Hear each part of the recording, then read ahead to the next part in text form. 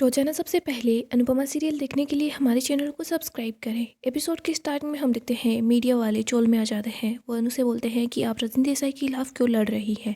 इधर रजनी न्यूज़ देख रही होती है। अनु बोलती है कि रजनी से है ना मेरी कोई पर्सनल दुश्मनी नहीं है, लेकिन रजनी ने मेरे साथ और चोल वालों के साथ जो अन्याय किया है ना, मैं चाहती हूँ कि वो हमसे सॉरी बोले और वो ये हम लोगों को आश्वासन दे कि हमारा चोल है ना वो टूटेगा नहीं। वो पूरी दुनिया के सामने ये बोल दे कि हमारा जो चोल है ना वो नहीं टूटेगा। मैं बस इतना चाहती हूँ उसने जो गलती की है ना वो बस उस गलती की भरपाई करे। मीडिया के लोग अनु से सवाल पूछते हैं कि हम लोगों ने ऐसा सुना है कि रजनी देसाई है ना उन्होंने कुर्सी को पाने के लिए बहुत गलत काम किए हैं। उनकी अपनी बेटी है ना वो भी उससे बहुत ज़्यादा नफरत करती है। इधर रजनी बोल रही होती है कि ओए, रजनी बोलती है कि मैं ही बेवकूफ़ थी जो मैंने अपने बारे में है ना सारी की सारी बातें इस अनु को बता दी। अब ये है ना हर चीज़ को मेरे खिलाफ इस्तेमाल करेगी। इधर अनु बोलती है कि देखिए मैडम, मैं यहाँ पर किसी की भी पर्सनल लाइफ को डिस्कस नहीं करना चाहती। मेरा मकसद है ना सिर्फ पूर्वी छायाचोल को बचाना है, बाकी और कुछ नहीं करना। मीडिया के लोग बोलते हैं कि कहीं आप ऐसा तो नहीं कि अपोजिशन पार्टी से मिल गई होगी। अनु बोलती है कि राजनीति है ना हमारे दिलों में ऐसे घुल गई है कि कोई अगर आदमी सच के लिए खड़ा होता है ना तो ऐसा लगता है कि वो विपक्ष की पार्टी की वजह से खड़ा हुआ है। ऐसा नहीं है। मेरी लड़ाई है ना वो सिर्फ और सिर्फ सच्चाई की लड़ाई है। इधर हम रजनी को देखते हैं। वो हंस रही होती है और बोलती है कि अनु तेरे पास कितना अच्छा मौका था, लेकिन तूने है ना उस मौके का इस्तेमाल नहीं किया। तूने है ना बहुत बड़ी गलती कर दी है। इधर अनु बोलती है कि रजनी मुझे पता है कि तू ये देख रही है। अनु हाथ जोड़कर बोलती है कि रजनी, मैं तुझसे विनती कर रही हूँ, इन गरीबों के है ना घर को मत छीन, वरना कहीं ऐसा ना हो तेरा महल है ना वो भी उजड़ जाए। इधर रजनी ये बात सुनती है तो उसको गुस्सा आता है। रजनी बहुत गुस्से में होती है। वो बोलती है कि ये ज़रूर है ना अपोजिशन के साथ मिलकर पॉलिटिक्स में आना चाहती है, मेरे सामने खड़े होना चाहती है, मेरे खिलाफ खड़ी होना चाहती है। अनु तेरे पास तो तीर था लेकिन तूने उसका इस्तेमाल नहीं किया, पर तू देखना कि मैं कैसे जहरीले तीर चलाऊंगी। अनु तेरा बदन ही नहीं, तेरी जो आत्मा है ना वो भी नीली पड़ जाएगी। इधर हम अनु को देखते हैं। वो चोल के लोगों से बात कर रही होती है। तभी जस्सी अनु के पास आती है और बोलती है कि अनु ये देख। रजनी भी प्रेस कॉन्फ्रेंस कर रही होती है। वो बता रही होती है कि मैं कितने सालों से राजनीति में हूँ, मैं इतनी सीधी हूँ कि मुझे है ना सहेली और सांप में फ़र्क ही नहीं पता चला। अनु है ना वो मेरी बचपन की सहेली थी, लेकिन नहीं, अब तो वो मेरे लिए आस्तीन का सांप बन गई है। रजनी बोलती है कि आपके घर में भी माँ बहन है ना, तो वो जब भी दूध खरीदने के लिए जाती है ना तो देखती है कि पीछे क्या लिखा हुआ है, वो भी पढ़ती है। और अनुपमा ये बोल रही है कि जो रीडेवलपमेंट के जो भी पेपर्स रेडी हुए ना उसने उनको बिना पढ़े ही सिग्नेचर कर दिया। ऐसा कैसे हो सकता है। मीडिया वाले बोलते हैं कि आप ये बोलना चाह रही हैं कि अनुपमा है ना वो झूठ बोल रही है। रजनी बोलती है कि हाँ, 100% वो झूठ बोल रही है। आप है ना इसकी हिस्ट्री के बारे में कुछ भी नहीं जानते। मैं जानती हूँ, मैं बताती हूँ। इसने है ना दो दो शादियाँ की है लेकिन निभा एक भी नहीं पाई। इसके बच्चे हैं ना वो भी इसको बिल्कुल भी नहीं चाहते हैं, और इसके घर वाले हैं ना वो भी इससे बिल्कुल भी अच्छे से बात नहीं करते। कोई भी इसको पसंद नहीं करता। मैंने ये सब कुछ सुना ना तो मुझे तो अनुपमा पर तरस आ गया। आप है ना सिर्फ मेरी बातों पर यकीन मत कीजिए। आप है ना उन लोगों के पास जाइए, उनसे बात कीजिए, मैं आपको एड्रेस दे दूँगी। और हम देखते हैं अनु रजनी की ये बातें सुनकर काफ़ी ज़्यादा हैरान हो जाती है। जस्सी बोलती है कि अनु देख कैसे ये तेरे बारे में क्या कुछ बोल रही है। तूने है ना इसकी पर्सनल लाइफ को डिस्कस करने से मना कर दिया, बट ये वहाँ बैठकर सिर्फ तेरी पर्सनल लाइफ डिस्कस कर रही है और कुछ नहीं। सरिता बोलती है कि अच्छे से पता चल रहा है कि औरत कितनी झूठी है। इधर रजनी बोल रही होती है कि अनुपमा है ना वो सिर्फ फुटेज की भूखी है। ये जरूर है ना अपोजिशन की पार्टी से जाकर मिल गई होगी। ये ऐसे चाहती है कि मेरा जो पॉलिटिकल करियर है ना वो ख़त्म हो जाए, लेकिन अनुपमा मैं ऐसा है ना बिल्कुल भी नहीं होने दूंगी। समाज में लोगों ने ये धारणा बना रखी है कि जो लोग अमीर है ना वो गलत है और जो लोग गरीब है ना सिर्फ वही सच्चे हैं। लेकिन अनुपमा जोशी ऐसी है जो गरीब होते हुए भी है ना सिर्फ झूठी झूठ बोलती है, झूठी है, मक्कार है। ये मेरा क्या ही करियर ख़राब करेगी, मुझे क्या ही झूठा साबित करेगी। इधर हम देखते हैं प्रेरणा वहाँ आती है। प्रेरणा अनु को बोलती है कि प्रेस को बुलाइए, मैं बताऊंगी रजनी देसाई का जो पास्ट था, जो प्रेजेंट है और उसका फ्यूचर भी मैं ही बता दूंगी सबको। रजनी देसाई को है ना जवाब उसी की भाषा में देना होगा। सरिता बोलती है कि तू सही बोल रही है। सरिता बोलती है कि जस्सी अभी के अभी मीडिया वालों के पास कॉल कर। जस्सी मीडिया वालों को कॉल कर ही होती है, बट अनु जस्सी को रोक लेती है। अनु बोलती है कि वो नीचे गिर रही है, गिर सकती है, लेकिन मैं नीचे बिल्कुल भी नहीं गिरूंगी, ये उसूलों की लड़ाई है। प्रेरणा बोलती है कि ऐसी ठग औरत के साथ है ना आप उसूलों से नहीं लड़ पाएंगी सेंटा बहन। अनु बोलती है कि अगर मैंने भी अपने उसूलों को छोड़ दिया ना तो उसमें और मुझ में क्या ही फ़र्क रह जाएगा। तभी यहाँ पर बहुत सारे मीडिया वाले आ जाते हैं। वो अनुपमा से सवाल करना शुरू कर देते हैं। इधर हम कोठारी हाउस का सीन देखते हैं। यहाँ पर कुछ मेहमान आए होते हैं। वो बोलते हैं कि पराग बेटा, अगर ऐसी सिचुएशन थी ना तो तुम्हें खुद मेरे पास आना चाहिए था, लेकिन देखो वसुंधरा भाभी ने कॉल करके मुझे यहाँ पर बुलाया है और अब ये सर झुकाकर बैठी है।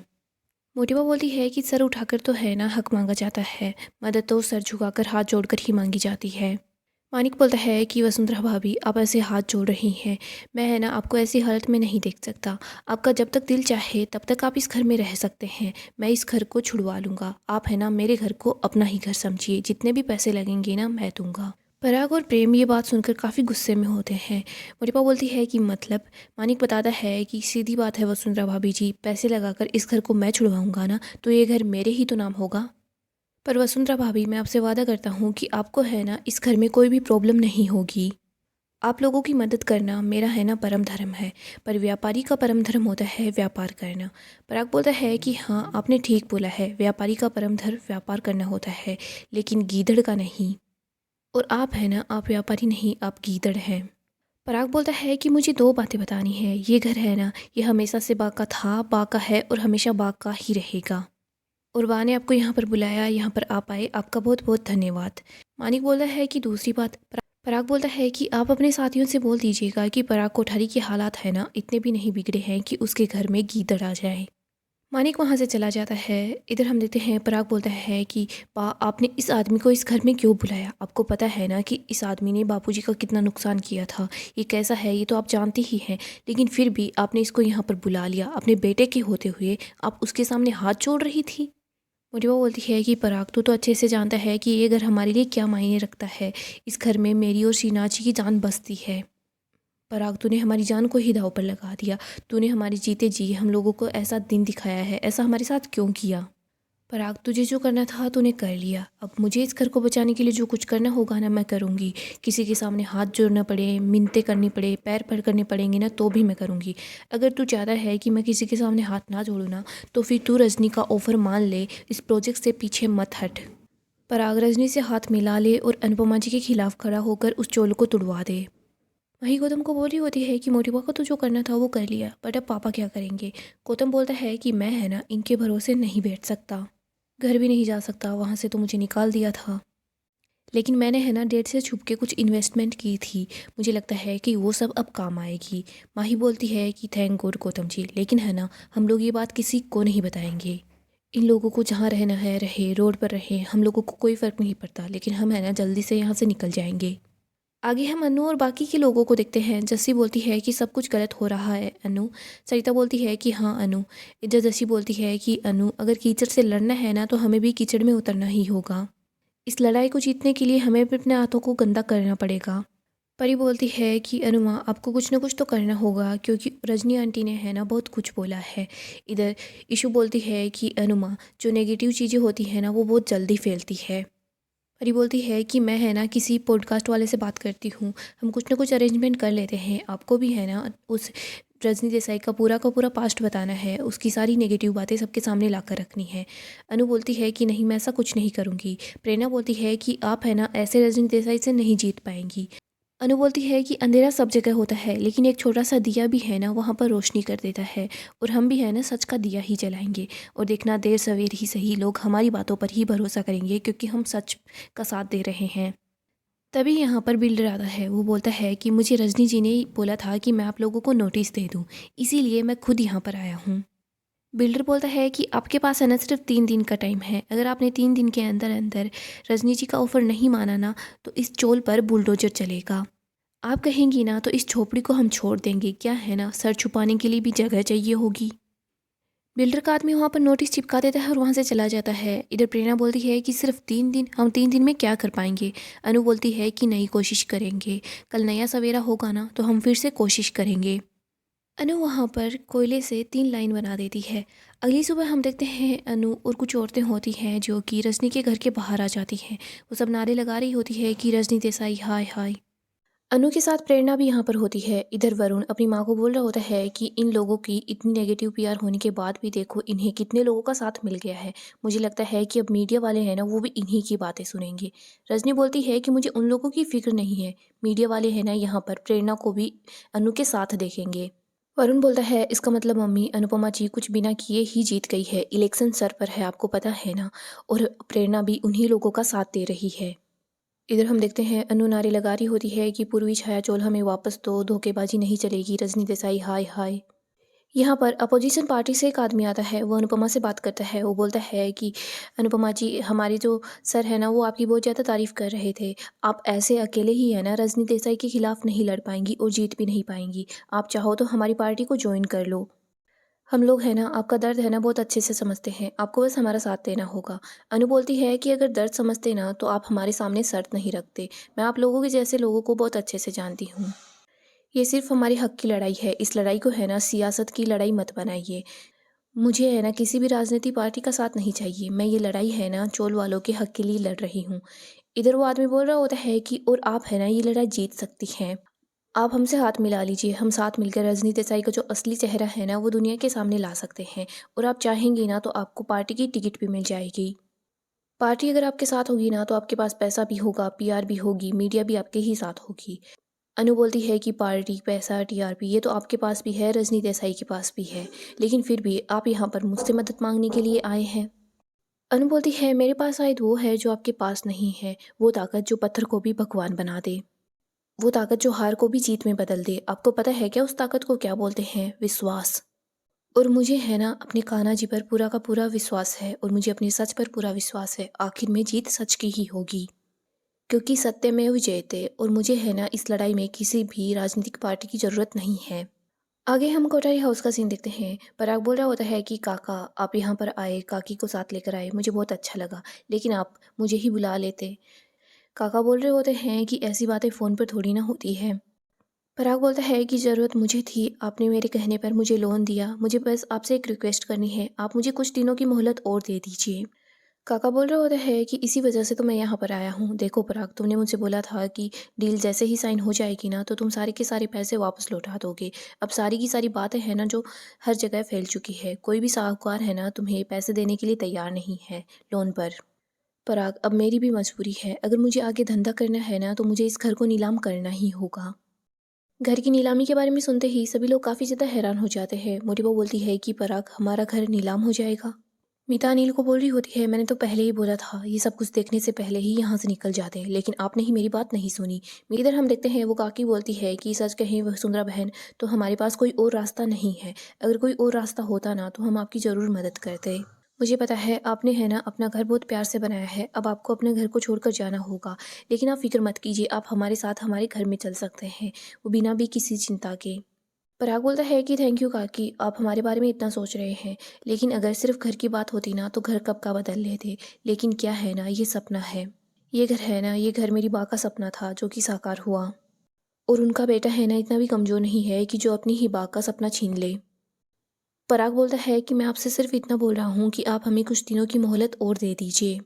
मेरे नाम पर भरोसा नहीं करके तो कम से कम हमारी इतनी सालों की पहचान पर भरोसा करके प्लीज़ कुछ दिनों की मोहलत दे दीजिए। काका बोल रहे होते हैं कि रकम बहुत बड़ी है बेटा, मैं 2 दिनों से ज़्यादा नहीं रुक सकता, तुम्हारे पास 2 दिन का टाइम है। काका और काकी वहाँ से चले जाते हैं। मोटिबा बोलती है कि पराग तो बाण बनकर पहाड़ को सह सकता है, लेकिन अगर बादल फट गया ना तो बाण भी सैलाब को नहीं रोक सकता। पराग, 2 दिन के अंदर रजनी है ना उस चोल को तुड़वा देगी, तेरे पास 2 दिन है रजनी से हाथ मिलाने के लिए। आगे हम फिर से रजनी को देखते हैं। इधर हम देखते हैं अनु, प्रेरणा जैसे सब लोग नारे लगाते हैं कि रजनी देसाई हाय हाय, धोखेबाजी नहीं चलेगी। इधर वरुण बोलता है कि जंगल को जलाने के लिए है ना एक चिंगारी चाहिए होती है, और देखो प्रेरणा है ना घर के बाहर खड़ी है अनुपमा जी के साथ। वरुण बोलता है कि मम्मी कुछ तो करो वरना है ना सब कुछ खाक हो जाएगा, आपको ही कुछ न कुछ करना होगा। इस अनुपमा जोशी का नाम इस्तेमाल करो, इसके अनुज कपाड़िया उन सब का नाम इस्तेमाल करो। इधर सरिता ताई बोल रही होती है कि रजनी देसाई है ना ऐसे नहीं मानेगी, मुझे लगता है कि एक पत्थर उठाते हैं और कांच को तोड़ देते हैं। अनु बोलती है कि नहीं नहीं, कोई भी है ना तोड़फोड़ नहीं करेगा, कानून को हम अपने हाथ में नहीं लेंगे। अनु बोलती है ताई जो कुछ भी है ना हम लोग अपने कायदे में रहकर ही करेंगे, हम कानून को अपने हाथ में नहीं लेंगे, और हम लोगों को संविधान पर पूरा भरोसा है ना, आगे कानून वाले लोग सब कुछ संभाल लेंगे, हमें बस अपना काम करना है। हम कोई भी गलत काम नहीं करेंगे ताई, हम लोगों को है ना आग नहीं बनना है, हमको मसाल बनना है, और ऐसी मिसाल जो हर चीज़ को रोशन करे। सब लोग फिर से नारे लगाना शुरू कर देते हैं। इधर हम रजनी को देखते हैं, वो बोलती है कि इससे पहले ये चिंगारी है ना आग बन जाए, मैं इस चिंगारी को अपने पैरों तले रोन दूंगी। वो किसी के पास कॉल करती है और बोलती है कि मैं बोल रही हूँ। गाइस, डेली अपडेट के लिए आप हमारे चैनल को सब्सक्राइब करें, साथ ही साथ वीडियो को भी लाइक कर दें। अपकमिंग एपिसोड काफ़ी ही ज़्यादा धमाकेदार होने वाला है। अपकमिंग एपिसोड में हम देखेंगे रजनी फिर से अनु के खिलाफ प्लानिंग करती है। वो सोच रही होती है कि मैं इस अनु को है ना रास्ते से ही हटा दूंगी, लेकिन यहाँ पर अनु की जगह प्रेरणा शिकार हो जाती है। हम देखते हैं वरुण बोल रहा होता है कि मम्मी हमने जैसा सोचा है ना वैसा ही करेंगे। हम देखते हैं अनु रूम के अंदर जा रही होती है, वहाँ पर अनु नहीं होती, वहाँ पर प्रेरणा होती है। इधर वरुण को लगता है कि वो अनुपमा है। हम देखते हैं प्रेरणा अंदर की तरफ चली जाती है तो वो लोग घर को बाहर से बंद कर देते हैं। इसके बाद वहाँ पर आग लगा देते हैं। यहाँ पर प्रेरणा होती है, अनुपमा नहीं। अनु बाहर की तरफ होती है, वो सोचती है कि राही कहीं अंदर तो नहीं रह गई है। अनु राही को आवाज़ लगाती है, वो बोलती है कि राही। अनु जैसे ही राही को अपने सामने देखती है तो अनु सोचती है कि राही ठीक है। तभी राही आवाज़ लगाकर बताती है कि मम्मी प्रेरणा है ना वो अंदर फंसी हुई है। और ये बात वरुण भी सुन लेता है। वरुण भी सोच रहा होता है कि मेरी बहन अंदर फंस गई है, अब मैं क्या करूँ। इधर हम देखते हैं सब बोलते हैं कि प्रेरणा तो अब नहीं बचेगी। अनु जैसे तैसे करके दरवाज़ा खोलती है और आग के अंदर चली जाती है प्रेरणा को बचाने के लिए। राही बोल रही होती है कि प्लीज़ मम्मी ऐसा मत करो, अंदर मत जाओ, आपको कुछ हो जाएगा। इधर वरुण भी वहीं पर होता है, वो सोच रहा होता है कि मम्मी की वजह से प्रेरणा की जान खतरे में है। वरुण सोच रहा होता है कि मेरी मम्मी है ना वो बिल्कुल भी अच्छी नहीं है। वरुण को भी यहाँ पर समझ आ जाता है कि उसकी माँ ने है ना बहुत बड़ी गलती की है। इधर हम रजनी को देखते हैं, वो अनु की फ़ोटो को जला रही होती है। वो बोल रही होती है कि फाइनली आज है ना सब कुछ जलकर राख हो जाएगा, अनु मेरे खिलाफ कुछ भी नहीं कर पाएगी। इधर हम देखते हैं चोल के लोग बोल रहे होते हैं, मुझे लगता है कि प्रेरणा के साथ साथ अनु है ना वो भी नहीं बच पाएगी, आग तो इतनी ज़्यादा फैल चुकी है। यहाँ पर अनु अपनी जान की फ़िक्र किए बगैर ही प्रेरणा को वहाँ से बाहर निकाल आती है। वरुण ये सब कुछ देखता है तो वो सोच रहा होता है कि ये कितनी अच्छी है, इन्होंने मेरी बहन की जान बचाई है, रजनी देसाई की बेटी की जान बचाई है, रजनी देसाई ही इनके साथ कितना गलत कर रही है। सो दोस्तों, नेक्स्ट एपिसोड काफ़ी धमाकेदार होगा। अगर आपको सीरियल की अपडेट जानना पसंद है तो हमारे चैनल को सब्सक्राइब करें।